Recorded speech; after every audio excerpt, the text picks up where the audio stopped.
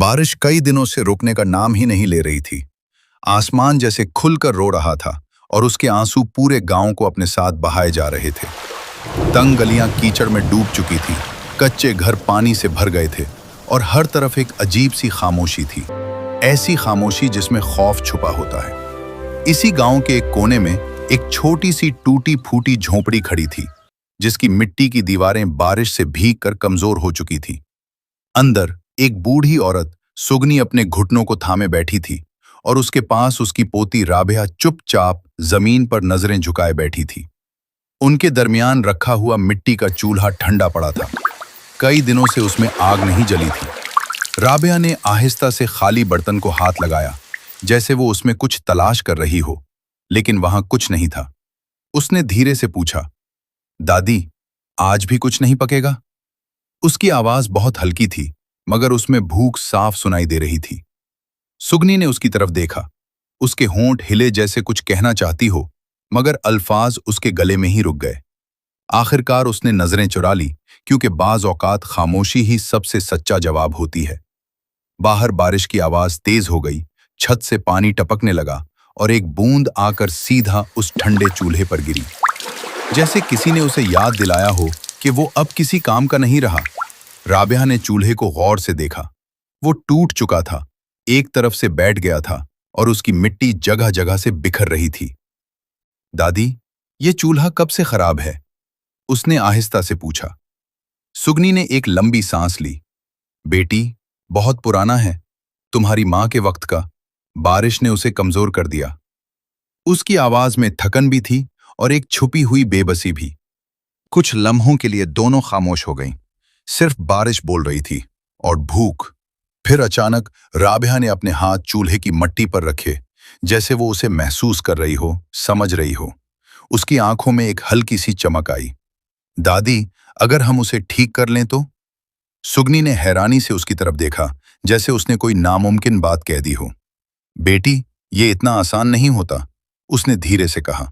लेकिन राबिया ने सर हिलाया। तो हम नया बना लेते हैं, मट्टी से, खुद से। ये सुनकर सुगनी कुछ देर के लिए चुप हो गई। शायद वो सोच रही थी कि एक छोटी सी बच्ची इतनी बड़ी उम्मीद कैसे रख सकती है। लेकिन राबिया के चेहरे पर डर नहीं था, वहां सिर्फ यकीन था। अगले ही लम्हे वो उठी और दरवाजे की तरफ बढ़ी। कहाँ जा रही हो? सुगनी ने घबराकर पूछा। मट्टी लेने, राबिया ने सादा सा जवाब दिया, जैसे ये दुनिया का सबसे आसान काम हो। बाहर कदम रखते ही उसके पांव कीचड़ में धंस गए। बारिश अभी भी बरस रही थी, लेकिन वो रुकी नहीं। उसने झुककर गीली मट्टी इकट्ठी करना शुरू की, अपने छोटे छोटे हाथों से। बार बार फिसलती, फिर संभलती, मगर हार नहीं मानती। थोड़ी देर बाद वो कुछ टूटे हुए ईंटों के टुकड़े भी ले आई। जब वो वापस झोंपड़ी में दाखिल हुई तो उसके कपड़े भीग चुके थे, हाथ मट्टी से भरे हुए थे, मगर उसके चेहरे पर अजीब सी खुशी थी। देखो दादी, हम बना सकते हैं, उसने मुस्कुराकर कहा। सुगनी ने आहिस्ता से सर उठाया और उस बच्ची को देखा जो भूख, बारिश और मुश्किल के बीच भी हार मानने को तैयार नहीं थी। इस लम्हे शायद सुगनी को एहसास हुआ कि उम्मीद हमेशा बड़ी नहीं होती, कभी कभी वो एक छोटे से दिल में छुपी होती है। दोनों ने मिलकर काम शुरू किया।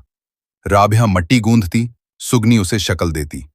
बारिश की आवाज अब भी आ रही थी, मगर अब वो डर नहीं लग रही थी, जैसे वो भी उस मेहनत का हिस्सा बन गई हो। वक्त गुजरता गया, हाथ थक गए, जिस्म कांपने लगा, मगर दोनों रुके नहीं। आहिस्ता आहिस्ता एक नया चूल्हा बनने लगा, छोटा सा मगर मजबूत, जैसे उनकी उम्मीद। जब वो तैयार हुआ तो राबिया ने खुशी से उसे देखा, जैसे उसने कोई खजाना पा लिया हो। दादी, अब हम खाना पका सकते हैं ना? उसने मासूमियत से पूछा। सुगनी के होंठों पर हल्की सी मुस्कुराहट आई, मगर आंखों में नमी भी थी। हाँ बेटी, अब हम कोशिश कर सकते हैं, उसने धीरे से कहा। लेकिन असल इम्तिहान अभी बाकी था, क्योंकि चूल्हा तो बन गया था, मगर सवाल अब भी वही था, आग कहां से आएगी? चूल्हा तो बन गया था, मगर सच यही था कि उसके अंदर जलने के लिए कुछ भी नहीं था। बारिश ने हर लकड़ी को भिगो दिया था, हर तिनका नमी से भर चुका था। राबिया कुछ देर उस नए चूल्हे को देखती रही, जैसे वो खुद से पूछ रही हो कि क्या सिर्फ हिम्मत काफी होती है। सुगनी ने आहिस्ता से उसके सर पर हाथ रखा। बेटी, हमने पहला कदम तो उठा लिया है, बाकी रास्ता भी निकल आएगा। उसकी आवाज में ठकन थी, मगर एक नरम सा यकीन भी था। इसी लम्हे राबिया की नजर झोंपड़ी के एक कोने पर पड़ी, जहां कुछ पुरानी टोकरियां और सूखे पत्ते दबे हुए थे। वो फौरन वहां गई और एहतियात से उन चीजों को निकालने लगी। नीचे से कुछ ऐसे पत्ते निकले जो बारिश से कम भीगे हुए थे। दादी, ये देखो, उसने खुशी से कहा। सुगनी ने उन्हें हाथ में लेकर महसूस किया। हाँ, शायद ये जल जाएं। उम्मीद की एक हल्की सी चिंगारी दोनों के दिल में रोशन हुई। राबिया ने जल्दी जल्दी उन पत्तों को चूल्हे में रखा, फिर 2 पत्थरों को रगड़ने की कोशिश की, जैसे उसने कभी किसी को करते देखा था। पहली बार कुछ नहीं हुआ, दूसरी बार भी नहीं, तीसरी बार उसके हाथ कांपने लगे। सुगनी ने उसे रोका। आहिस्ता बेटी, सब्र से। दोनों ने मिलकर कोशिश जारी रखी। वक्त जैसे थम सा गया था। फिर अचानक एक छोटी सी चिंगारी निकली, बहुत कमजोर मगर जिंदा। राबिया ने फौरन उसे पत्तों के करीब किया और आहिस्ता आहिस्ता फूंक मारने लगी। कुछ लम्हों के लिए लगा कि वो भी बुझ जाएगी, मगर फिर एक हल्की सी आग जल उठी। दोनों की आंखें चमक उठीं। दादी, आग लग गई, राबिया खुशी से बोली। सुगनी की आंखों में आंसू आ गए। हाँ बेटी, ये सिर्फ आग नहीं, ये हमारी उम्मीद है। आग आहिस्ता आहिस्ता बढ़ने लगी और चूल्हा, जो कई दिनों से ठंडा था, दोबारा जिंदा हो गया।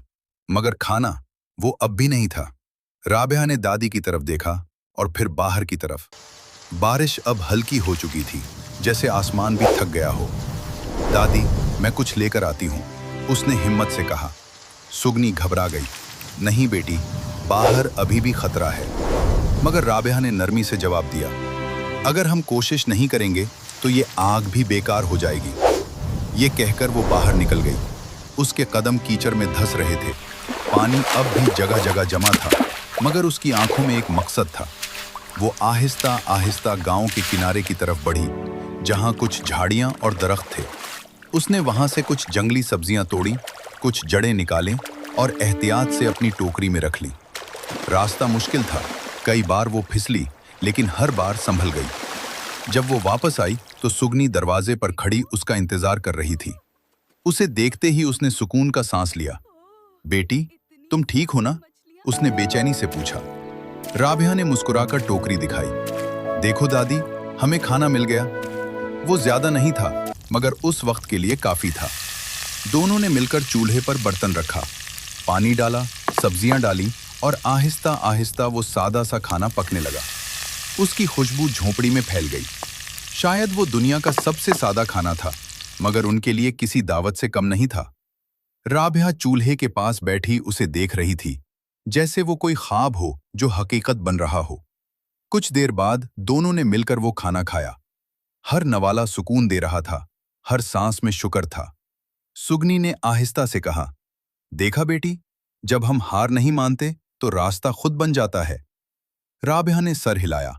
उसकी आंखों में अब भूख नहीं बल्कि रोशनी थी। अगर आपको ये कहानी पसंद आई हो तो उस वीडियो को लाइक करें, अपने दोस्तों और घर वालों के साथ जरूर शेयर करें और हमारे चैनल को सब्सक्राइब करना ना भूलें, ताकि ऐसी ही सबक आमोज और दिल को छू लेने वाली कहानियां आप तक पहुंचती रहें। अपनी राय हमें कमेंट्स में जरूर बताएं। आपने इस कहानी से क्या सीखा? जल्द ही एक नई कहानी के साथ फिर मुलाकात होगी। तब तक अपना ख्याल रखें और दूसरों के लिए आसानियां पैदा करते रहें।